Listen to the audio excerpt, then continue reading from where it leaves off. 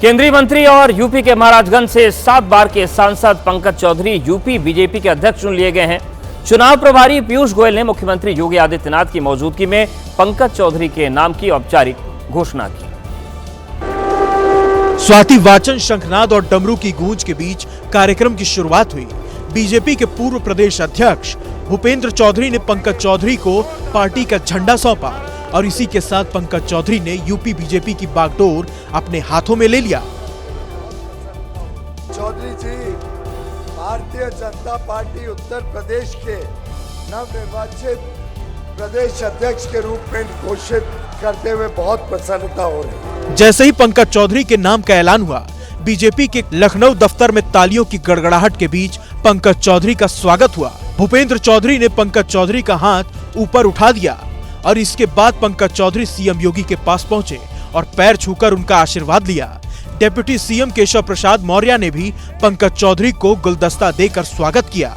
Deputy CM Brijesh पाठक भी गुलदस्ता लेकर अध्यक्ष बनने पर बधाई और शुभकामनाएं दी। बारी बारी से बीजेपी के नेताओं ने पंकज चौधरी का स्वागत किया। गुलदस्ते के अलावा माला पहनाकर भी बीजेपी नेताओं ने पंकज चौधरी का सम्मान किया। पंकज चौधरी कुर्मी समाज से आते हैं। यूपी की ओबीसी जातियों में एक बड़ा हिस्सा कोयरी और कुर्मी का है। शायद यही वजह है कि बीजेपी ने रणनीति के तहत कुर्मी चेहरों को मौका दिया। चौधरी अब यूपी के संगठन को और मजबूत करने, साथ ही 2027 के विधानसभा चुनाव में बड़ी जीत हासिल करने की जिम्मेदारी उन पर आ गई है। हाथ में बीजेपी प्रदेश अध्यक्ष की कमान लेने से पहले ही पंकज चौधरी अपने मिशन में जुट गए हैं। नामांकन के बाद ही उन्होंने घुसपैठियों को लेकर बड़ा बयान दे दिया था। बांग्लादेशी हो चाहे कोई भी देश के लोग हो, कोई भी अगर घुसपैठिया इस देश में आया तो उसको बाहर होना ही चाहिए। पंकज चौधरी को यूपी बीजेपी के अध्यक्ष पद की जिम्मेदारी मिलने पर मुख्यमंत्री योगी आदित्यनाथ ने कहा, उत्तर प्रदेश की इस नई यात्रा के लिए एक नए कैप्टन के रूप में पंकज जी हमारे सामने आ गए हैं। याद करना, 27 की लड़ाई आपके सामने, विरोधी के पास इतनी ताकत नहीं, लेकिन याद रखना, विरोधी चाहे कैसे भी हो, उस विरोधी के छल और छद्म का जवाब देने के लिए आपके पास उतना ही सामर्थ्य होनी चाहिए। वहीं पीयूष गोयल ने 2017 में बम्पर जीत का जिक्र करते हुए कहा कि नए अध्यक्ष से भी यही उम्मीद है कि वो पार्टी को आगे ले जाएंगे। भारतीय जनता पार्टी का उज्जवल भविष्य आपके हाथों में है और पंकज चौधरी जी इस परंपरा को आगे बढ़ाएंगे। पंकज चौधरी कुर्मी समाज से आते हैं, जिसमें से कुछ हिस्सा 2024 लोकसभा चुनाव में बीजेपी से छिटक गया था, लेकिन बीजेपी को उम्मीद है कि उनके आने से 2027 के विधानसभा चुनाव में पंकज चौधरी अपनी रणनीति से अखिलेश के पीडीए ब्लॉक में सेंधमारी कर सकते हैं।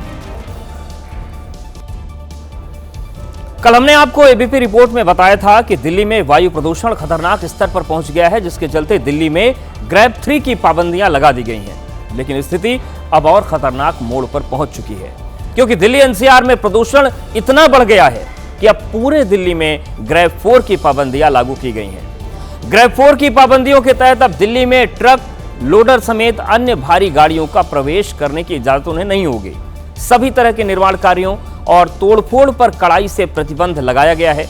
निजी कार्यालयों में अब केवल 50% कर्मचारी ही काम करेंगे, जबकि बाकी कर्मचारी वर्क फ्रॉम होम में रहेंगे। अब राज्य सरकारों को प्रदूषण की स्थिति बिगड़ने पर और ज्यादा कठोर कदम उठाने को कहा गया है। अगर प्रदूषण और बढ़ा तो राज्य सरकार स्कूल कॉलेज को पूरी तरह से बंद कर सकती है और सभी तरह की व्यावसायिक गतिविधियों पर भी रोक लगाई जा सकती है। इसके अलावा अगर हालात तब भी नहीं सुधरे, तब दिल्ली में गाड़ियों के लिए ऑड इवन सिस्टम भी लागू किया जा सकता है। दिल्ली सरकार वायु प्रदूषण से निपटने के लिए कठोर कदम उठा रही है, लेकिन ठंड के साथ साथ प्रदूषण बढ़ते ही जा रहा है। रविवार को दिल्ली में AQI सबसे खतरनाक स्तर पर पहुंच गया। दिल्ली के जहांगीरपुरी में AQI 496 दर्ज किया गया, तो वहीं आनंद विहार में एयर क्वालिटी इंडेक्स 490 रहा। चांदनी चौक का AQI 482 दर्ज किया गया, तो वहीं इंदिरा गांधी इंटरनेशनल एयरपोर्ट के पास AQI 400 रहा। नेहरू नगर में AQI 464 दर्ज किया गया। वहीं रोहिणी का एयर क्वालिटी इंडेक्स 492 दर्ज किया गया। दिल्ली के इंडिया गेट, कनॉट प्लेस और अक्षरधाम मेट्रो स्टेशन के पास तो आसमान में प्रदूषण की मोटी चादर छाई रही। प्रदूषण इतना ज्यादा था कि सड़कों पर गाड़ियां रेंगती नजर आईं। जबकि मॉर्निंग वॉक पर आए लोगों को सांस लेने में दिक्कत आई तो उन्होंने दिल्ली सरकार के ऊपर जमकर अपनी भड़ास निकाली। मतलब गवर्नमेंट को कुछ करना चाहिए सही में, इस बार तो हद ही हो गया है, काफी ज्यादा पोल्यूशन हो रहा है। कोई सेफ्टी मेजर्स नहीं ले रहे हो, ये उनके सिर्फ अपने जेब भरने के तरीके हैं। इससे कोई पोल्यूशन कम नहीं होगा ग्रैब 4 लगाने से या ग्रैब 3 लगाने से। दिल्ली के अलावा नोएडा, गाजियाबाद में भी प्रदूषण का खतरनाक स्तर देखा गया। मध्य प्रदेश के मंत्री विजय शाह को लेकर एक बार फिर विवाद बढ़ता दिख रहा है। इस बार उन्होंने लाडली बहना योजना की लाभार्थियों के लिए कुछ ऐसा कह दिया जिस पर सियासी तपिश बढ़ गई है। दरअसल मंत्री विजय शाह मध्य प्रदेश के रतलाम में जिला विकास सलाहकार समिति की बैठक ले रहे थे। इसी दौरान उन्होंने मोहन यादव सरकार के 2 साल पूरे होने पर कार्यक्रम आयोजन का जिक्र छेड़ा और फिर लाडली बहन योजना की लाभार्थियों से सीएम का सम्मान करने की योजना तैयार करने की बात कही। लेकिन इसके बाद उन्होंने जो कहा उसने विवाद का पन्ना पलट दिया। 1500 रुपए के हिसाब से हम करोड़ रुपया दे रहे, मुख्यमंत्री के 2 साल हो गए, वो बहन अपने भाई का सम्मान तो करे ना। 2.5 लाख में से 50,000 तो आए, देखो जो आएंगे उनके डायरेक्ट बना देंगे। ये पहली बार नहीं है जब मंत्री विजय शाह अपने बयान को लेकर विवादों में घिरे हैं।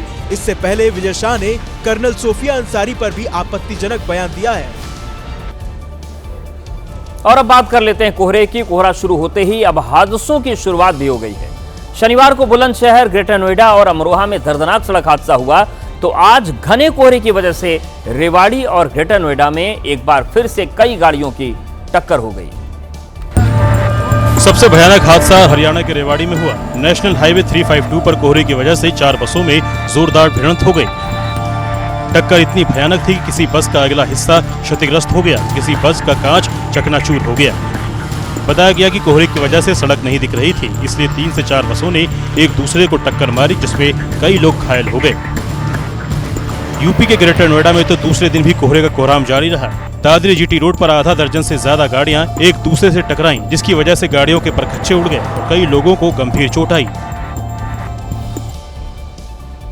तो हरियाणा के चरखी दादरी में कोहरे की वजह से स्कूल और रोडवेज बस में टक्कर हो गई और भीषण हादसे में कई स्कूली बच्चे घायल हो गए। वहीं 11वीं में पढ़ने वाली एक छात्रा की भी मौत हो गई। आमने सामने हुई ये टक्कर इतनी जबरदस्त थी कि स्कूल बस के परखच्चे उड़ गए। बस की हालत देखकर समझा जा सकता है कि हादसे के दौरान मंजर क्या रहा होगा। इस हादसे में निजी स्कूल की 11वीं क्लास की छात्रा की मौत हो गई, जबकि 20 स्कूली छात्राओं के अलावा स्कूल टीचर और दोनों बसों के ड्राइवर भी घायल हो गए। आज सुबह दादरी के आर्यन स्कूल की 4 बसें झज्जर के प्रतापगढ़ फॉर्म पर टूर के लिए निकली थी। कोहरे के चलते बिरोहड़ रोड के पास बस की सीधी टक्कर रोडवेज बस से हो गई। 3 दिन के भारत दौरे पर आए अर्जेंटीना के स्टार फुटबॉल खिलाड़ी लियोनेल मेसी कुछ देर पहले मुंबई के वानखेड़े स्टेडियम पहुंचे। मेसी ने वानखेड़े स्टेडियम में फुटबॉल खेला तो इस स्टार खिलाड़ी को मुंबई में फुटबॉल खेलता देख उनके फैंस खुशी से झूम उठे। मेसी ने जो फैंस हैं उनका अभिवादन किया। इससे पहले मेसी ने भारत के स्टार फुटबॉलर खिलाड़ी सुनील छेत्री से मुलाकात की। वानखेड़े स्टेडियम पर इस दौरान सचिन तेंदुलकर, महाराष्ट्र के सीएम देवेंद्र फडणवीस, इसके अलावा कई अभिनेता भी मौजूद रहे।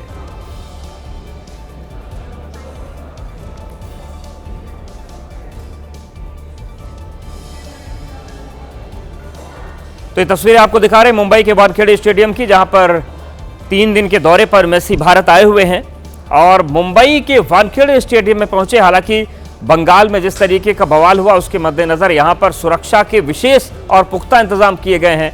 तो मेसी जब वानखेड़े स्टेडियम पहुंचे वहां पर उन्होंने प्रतीकात्मक रूप से फुटबॉल खेला तो जो दर्शक थे, जो फुटबॉल प्रेमी हैं, वो खुशी से झूमने लगे और यही वो तस्वीरें हैं जिसका इंतजार ये लोग कर रहे थे। तो ये तस्वीर हम आपको दिखा रहे हैं मुंबई के वानखेड़े स्टेडियम की।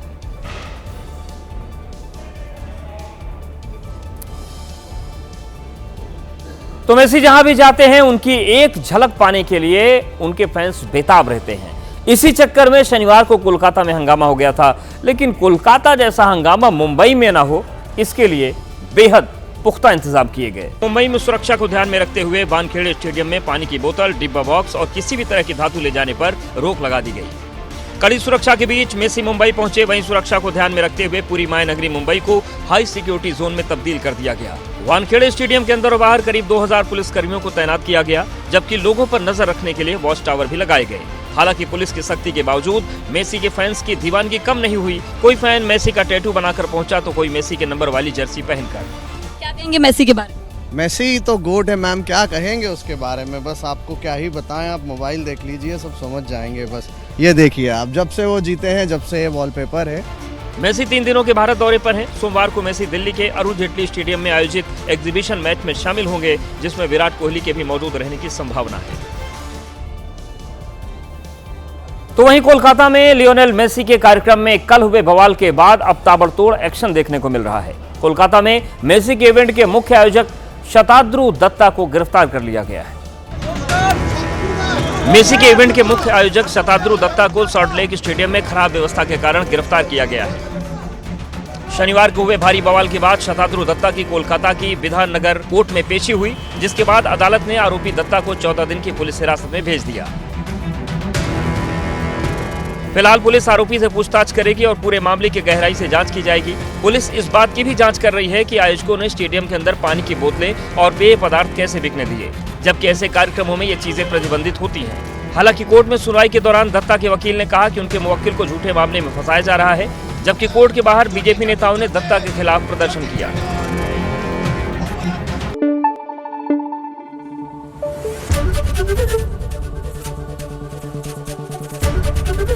एबीपी न्यूज आपको रखे आगे।